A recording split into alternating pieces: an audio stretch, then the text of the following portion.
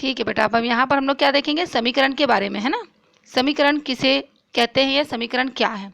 संकेत हमने देख लिया, सूत्र के बारे में जानकारी मिल गई। अब समीकरण क्या होता है, तो एक क्रियाकलाप मैं आपको यहाँ पर बता रही हूँ। इस क्रियाकलाप में क्या क्या चीज़ें चाहिए, लोहे का चूर्ण, गंधक, परख नली, गर्म करने का साधन। ठीक है, करना क्या है, इसमें एक बड़ी परख नली लेते हैं और उसमें लोहे का चूर्ण और गंधक को लेकर के गर्म करते हैं। ठीक है, पदार्थों तथा क्रिया के पश्चात बने पदार्थ में कोई अंतर हुआ क्या। जब आयरन मीन्स लोहा, है ना, और सल्फर गंधक, गंधक को ही सल्फर कहते हैं। ठीक है, तो जब लोहा और हमने क्या डाला, सल्फर डाला है, इनके मिश्रण को गर्म करते हैं तो एक नया यौगिक बनता है जिसको बोलते हैं आयरन सल्फाइड। क्या कहते हैं, आयरन सल्फाइड। यदि यह किस प्रकार का परिवर्तन है, भौतिक है या रासायनिक है, तो ये आप तो जानते हैं, पिछली क्लास में मैंने बताया था, नया पदार्थ बन रहा है यहाँ पर, तो क्या होगा, ये रासायनिक परिवर्तन होगा। ठीक है, क्योंकि अभिक्रिया के बाद नया पदार्थ बन रहा है। इस क्रिया को संकेत और सूत्र के बाद, अभी हमने क्या किया, पूरा लाइन से पढ़ा कि हाँ एक यानी लोहा लेना है, उसमें सल्फर मिलाना है और फिर उसको गर्म करना है, तो हम यहाँ पर शब्दों के रूप में लिख रहे हैं।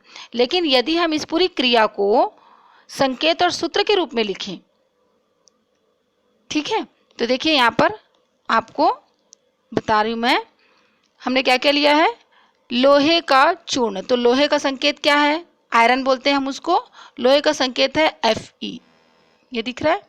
और सल्फर गंधक लिया है, तो गंधक को ही क्या कहते हैं, सल्फर कहते हैं, सल्फर का संकेत आपको पता है S। ठीक है, इन दोनों की क्रिया, जो धन का चिन्ह लगा है, तो इन दोनों की क्या हो रही है, क्रिया हो रही है।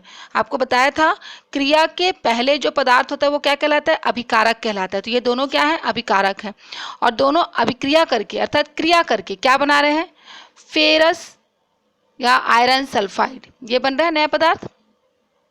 तो ये जो नया पदार्थ बना वो क्या होगा, उत्पाद होगा। क्रिया के पहले का पदार्थ क्या कहलाता है, अभिकारक कहलाता है, और क्रिया के पश्चात जो बना वो क्या कहलाता है, उत्पाद कहलाता है। ठीक है, इसी प्रकार दूसरी प्रक्रिया आपको दिखाई दे रही है यहाँ पर, कार्बन, कोयला, है ना, कोयला हवा की ऑक्सीजन से क्रिया करके कार्बन डाइऑक्साइड बनाता है ना। तो कोयला में क्या होता है, कार्बन होता है, कार्बन का संकेत आपको मालूम है C, और ऑक्सीजन का संकेत अभी मैंने आपको बताया O2, है ना। इन दोनों की क्रिया से क्या बना, कार्बन डाइऑक्साइड बना, तो ये नया पदार्थ बना यहाँ पर। ठीक है, तो यहाँ हमने क्या देखा कि दो अलग अलग तत्वों के क्रिया के पश्चात एक नया तत्व या नया पदार्थ बनता है। तो यहाँ पर हमने जो संकेतों का इस्तेमाल किया और संकेत के पश्चात जो पदार्थ बना वहाँ पर भी हमको संकेत ही दिखाई दे रहे हैं।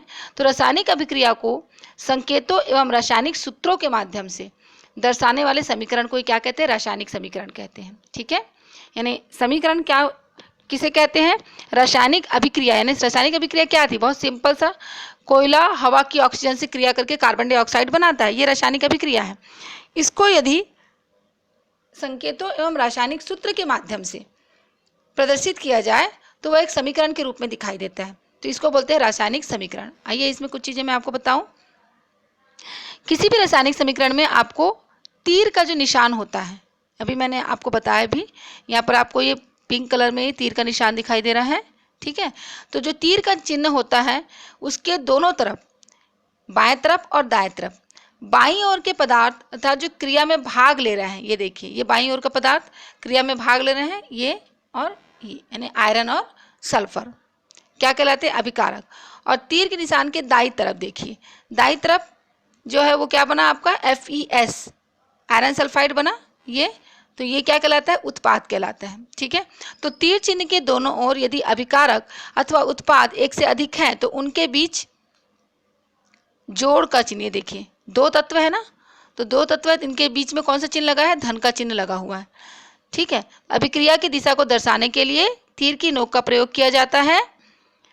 अभिक्रिया के बारे में अधिक जानकारी देने हेतु तीर के ऊपर और नीचे विभिन्न परिस्थिति, जैसे गर्म करना है मान लीजिए, है ना, तो गर्म करना, तो यही जो तीर का निशान है, तीर का जो निशान बना हुआ है उसी के ऊपर नीचे बताया जाता है कि जो आप रासायनिक अभिक्रिया जो करवाई जा रही है उसमें यदि गर्म किया जा रहा है, विभिन्न प्रकार की परिस्थितियाँ गर्म करना है या उसे सूर्य के प्रकाश की उपस्थिति में रखना है, तो उसके लिए भी संकेत इस्तेमाल किए जाते हैं।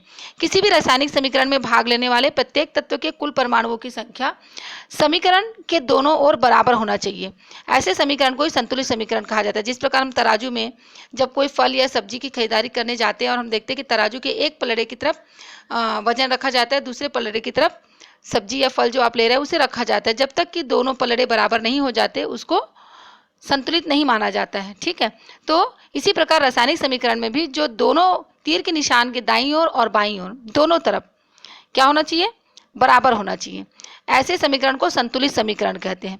संतुलित समीकरण में देखो यहाँ पर Fe प्लस एस तीर का निशान है, फिर FeS लिखा है। Fe प्लस एस बराबर का निशान दिया है और FeS लिखा है।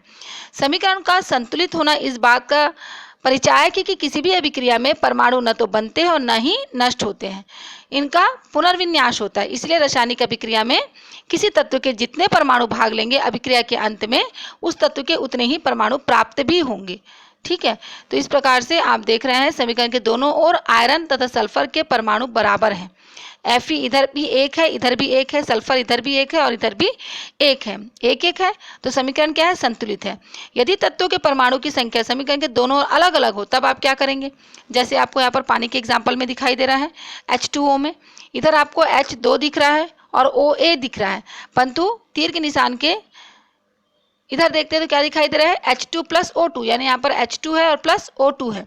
तो इधर आपके यहाँ पर रासायनिक अभिक्रिया क्या आपको संतुलित दिखाई दे रही है, नहीं, क्यों, क्योंकि ऑक्सीजन की संख्या इधर एक है लेकिन इधर 2 दिखाई दे रहा है। ठीक है, तो यहाँ पर क्या करना पड़ेगा, अभिक्रिया को संतुलित करना पड़ेगा। ठीक है, तो इसमें दोनों ओर हाइड्रोजन के परमाणुओं की संख्या बराबर है, लेकिन हमको बराबर किसको करना है, ऑक्सीजन के परमाणु की संख्या को, क्योंकि वो बराबर नहीं है। अब कैसे बराबर करेंगे, तो बाईं ओर ऑक्सीजन का एक परमाणु है जबकि दाहिने ओर ऑक्सीजन के 2 परमाणु हैं। यदि हम बाईं ओर पानी के 2 अणु लेंगे तो दोनों ओर ऑक्सीजन के परमाणु की संख्या बराबर हो जाएगी, परंतु इससे हाइड्रोजन के परमाणु की संख्या समीकरण में दोनों ओर समान हो जाएगी। देख ही रहे आप लोग, यदि हम इधर 2H2O O को बराबर करने के लिए यहाँ 2 लिख देते हैं तो 2H2O तो हो गया, परंतु यहाँ पर जो 2 लिखा हुआ है इस 2 का इस 2 से गुणा हो जाएगा, तो हाइड्रोजन की संख्या यहाँ पर 4 हो जा रही है। सामने जो भी लिखा रहेगा उसका नीचे वाली संख्या से गुणा हो जाता है, तो उसकी संख्या परिवर्तित हो गई, भले ही ऑक्सीजन की संख्या 2 है।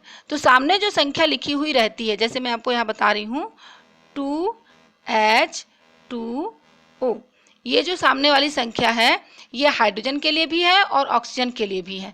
तो इस 2 का इस 2 से गुणा हुआ तो हाइड्रोजन की संख्या कितनी हो गई, 4 हो गई, और ऑक्सीजन की संख्या कितनी हो गई, 2 हो गई। ठीक है, तो यहाँ भी अनबैलेंस हो गया ये। अब हम ये भी नहीं कर सकते कि H2O का तो सूत्र ही H2O, मतलब पानी का सूत्र क्या है, H2O है। यदि हम सोचे कि यहाँ पर 2 लगा दे तो पानी का अणुसूत्र गलत हो जाएगा, है ना, तो क्या करें। तो इसके लिए मैं आपको बता रही हूँ कि कैसे ये संतुलित होगा। इसे संतुलित करने के लिए समीकरण के दाहिनी ओर हाइड्रोजन के आगे 2 लिख दिए।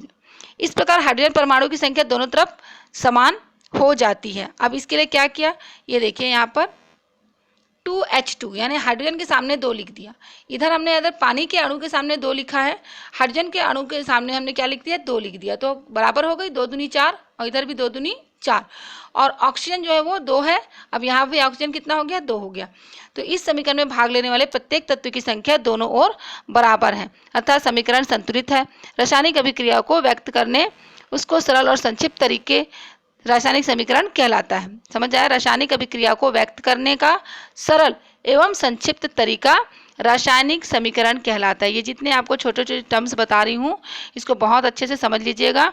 रासायनिक अभिक्रिया को व्यक्त करने का सरल और संक्षिप्त तरीका ही क्या कहलाता है, रासायनिक समीकरण। यहाँ नीचे आपको संतुलित समीकरण क्या प्रदर्शित करे, पानी के 2 अणु अपघटित होकर हाइड्रोजन, अब देखिए पानी के दोनों अणु का विद्युत अपघटन करते हैं तो वो विद्युत अपघटन तोड़ रहे हैं उसको, ठीक है, तोड़ रहे हैं तो फिर से वो किस में टूट गया, H2 प्लस O2 में टूट गया, यानी हाइड्रोजन और ऑक्सीजन में टूट गया।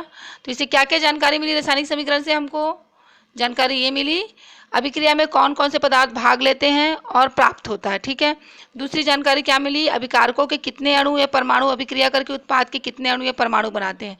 और तीसरी जानकारी क्या मिली, अभिक्रिया किन परिस्थितियों में होती है। इस प्रकार से ये आपके रासायनिक समीकरण से कौन कौन सी जानकारियाँ प्राप्त हुई उसके बारे में। ठीक है,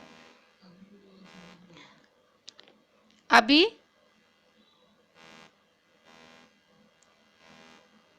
यहाँ पर जॉन डाल्टन, यहाँ पर एक कुछ प्रश्न भी दिए गए हैं, आप लोग अपने अभ्यास के लिए इन प्रश्नों का कॉपी पर बनाकर अभ्यास कीजिएगा।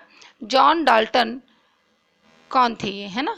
तो जॉन डाल्टन का जन्म सन 1766 में हुआ था इंग्लैंड के एक गरीब बुनकर परिवार में, और उन्होंने अपना कार्य शिक्षक के रूप में गांव की एक शाला से ही प्रारंभ किया था, और 7 वर्ष पश्चात वह शाला के प्राचार्य बने थे। सन 1793 में वह विद्यालय में गणित, भौतिकी और रसायन का अध्यापन करने मैनचेस्टर चले गए। उन्होंने कुछ समय बाद ही इस पद से त्याग पत्र दे दिया, क्योंकि अध्यापन के कार्य के कारण उन्हें वैज्ञानिक शोध कार्यों में बाधा उत्पन्न हो रही थी। तो सन 1808 में डाल्टन ने अपना परमाणु सिद्धांत दिया था। तत्वों के सबसे छोटे कण परमाणु नाम इन्होंने ही दिया था। डाल्टन ने यह सुझाव प्रस्तुत किया कि किसी तत्व के सभी परमाणु एक समान व्यवहार करते हैं। उन्होंने परमाणुओं की कल्पना बहुत ही अतिसूक्ष्म कठोर ठोस कणों के रूप में की। डाल्टन ने किसी तत्व के परमाणुओं को किसी संकेत अथवा प्रतीक द्वारा व्यक्त करने का सुझाव भी प्रस्तुत किया था। डाल्टन की मृत्यु सन 1844 में हुई थी। ठीक है, तो इस तरीके से यहाँ पर यह अध्याय समाप्त होता है। धन्यवाद।